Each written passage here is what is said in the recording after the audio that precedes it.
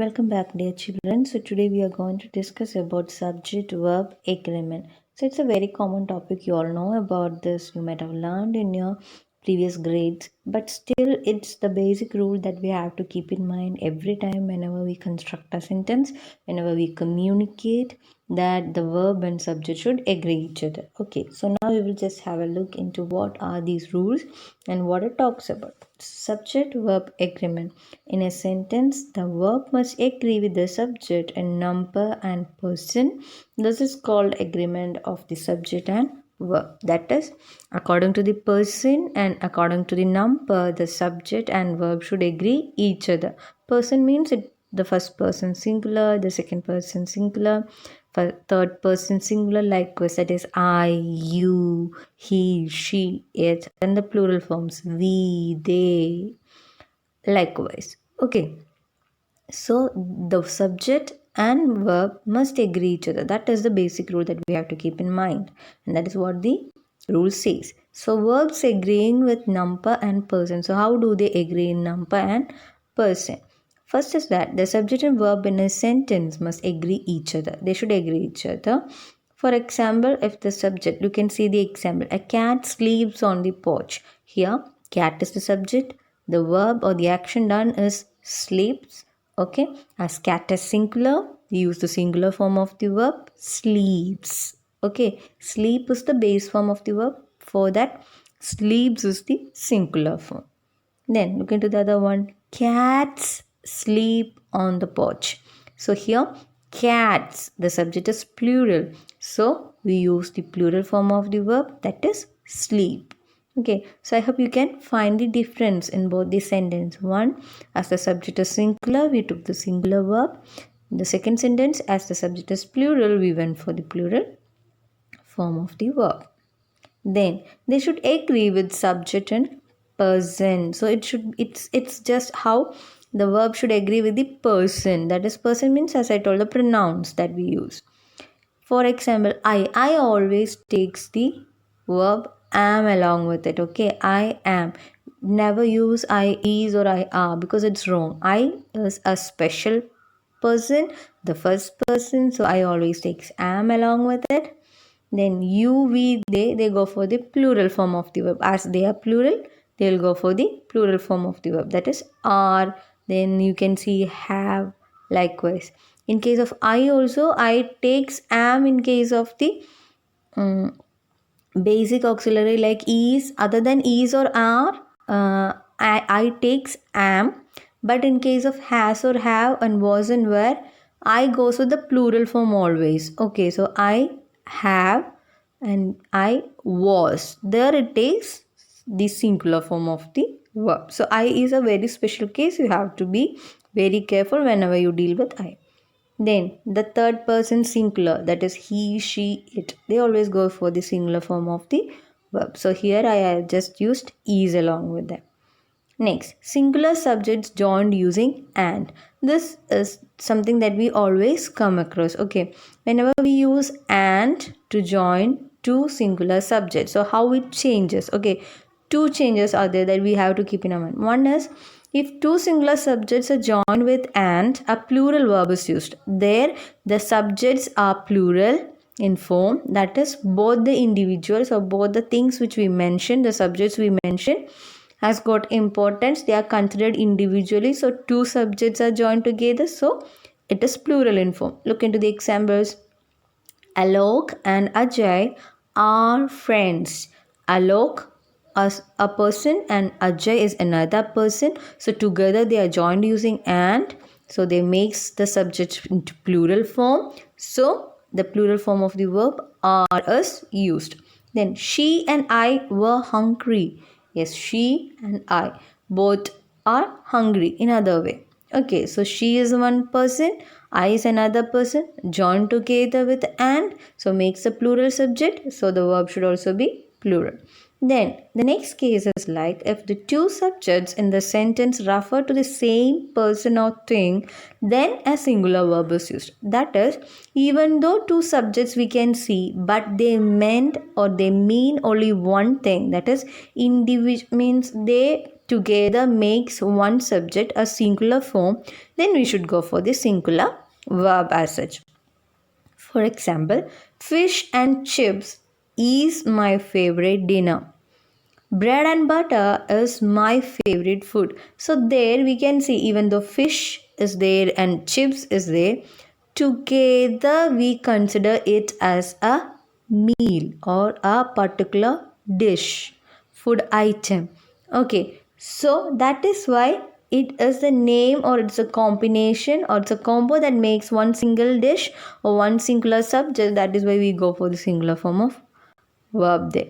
Okay, for example, bread and butter. Then in Proverbs you can see time and tide waits for no man. So that time and tide, even though two subjects are mentioned, but it takes into account one idea. Okay, so we go for the singular form of verb. Then special words are there. Okay, whenever you find these special words in your sentence, in any of the sentence, or you use them in any of the sentences in the beginning, then you should be very careful that you should go with the singular form of verb. Look which all are those words. When the words either, neither, each, everyone, everybody, or one of the are used in a sentence, the verb takes the singular form. Look into the examples. Each of the students is required to bring their own paper. Either color is fine with me. Neither of the two fans is working. Everyone has arrived at the party. Everybody is waiting for you. One of the students has brought the ticket. So in all these sentences, you can these special words are used in the beginning. Okay, and they gives individual importance or individual preferences being taken over there.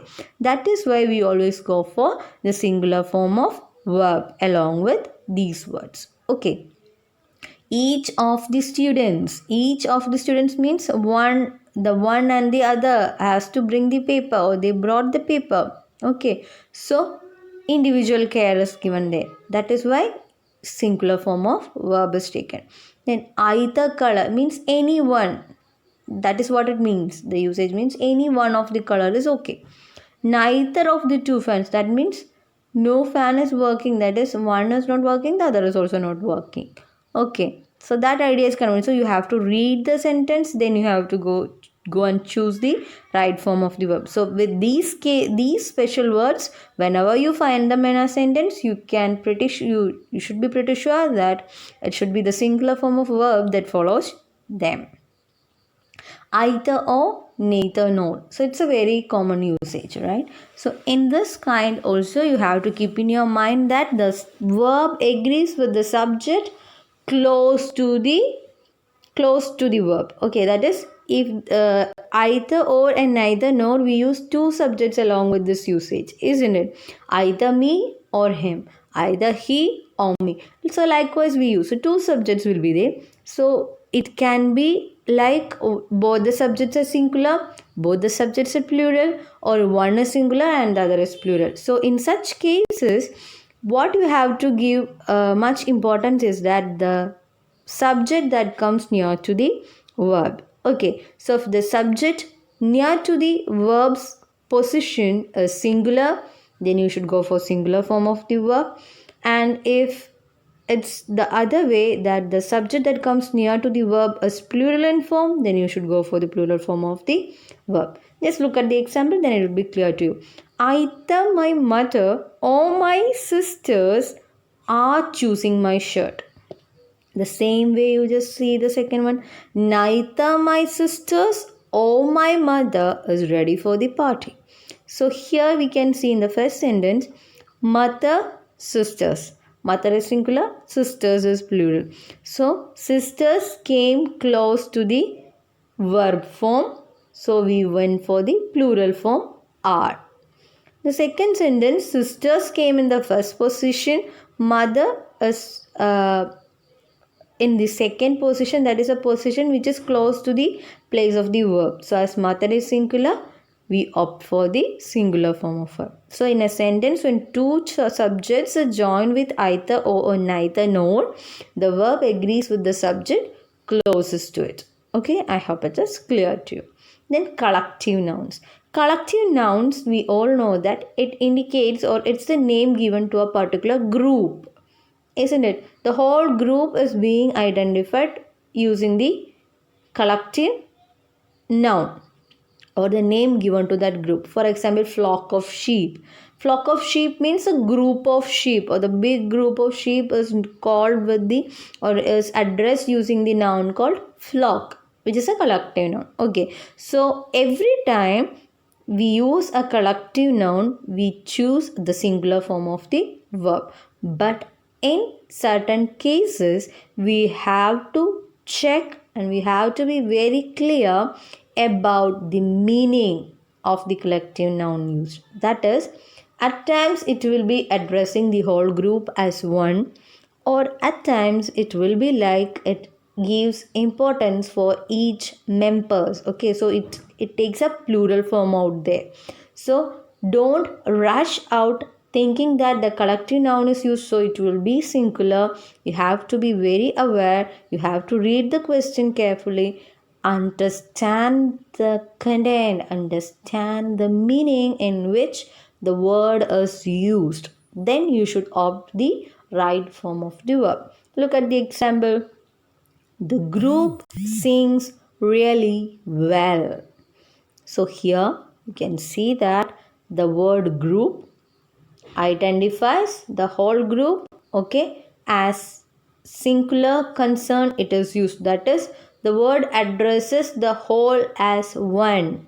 So when we use the singular form of the verb sings really well. The other way we can say the band performs really well. The band, the group of musicians. Okay, the band performs very well, very brilliantly. We used to make a comment, right? Yes. Or we can say like the other example, like the troop. We used to address, isn't it? The troop did a very good job. Likewise, we used to say, okay, so whatever it is, here the collective noun is as collective it is, okay, it takes the same intention of addressing that whole group as one, that is a singular subject. So we will go for the singular form of the verb. Then look at the second sentence. The group members have been debating which song to sing. Okay, so here, even though the word group is there, members are given importance. Okay, so it is plural in form. So we should go for plural form of the verb. Next, names which look plural.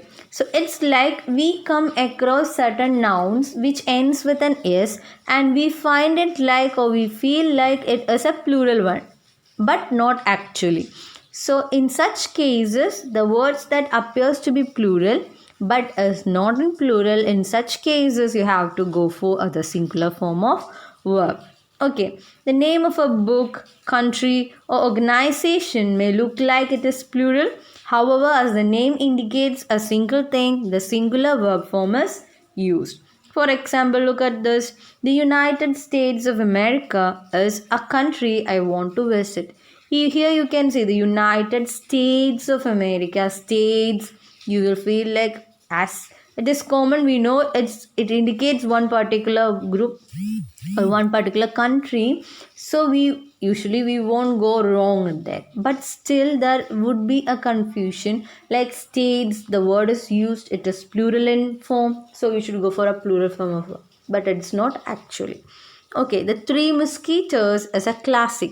The Three Musketeers, it's the name of a story, a classic story. So the name shows three musketeers, plural, but actually it's the name of one classic story. Okay, so as it's the name of a story, we should go for the singular form. Okay, or it's a book or it's a work, so it's singular in form, so we should go for singular form of verb. Then yesterday's news was shocking. So news, it's not plural, it's in singular form, so you should go for singular form of verb.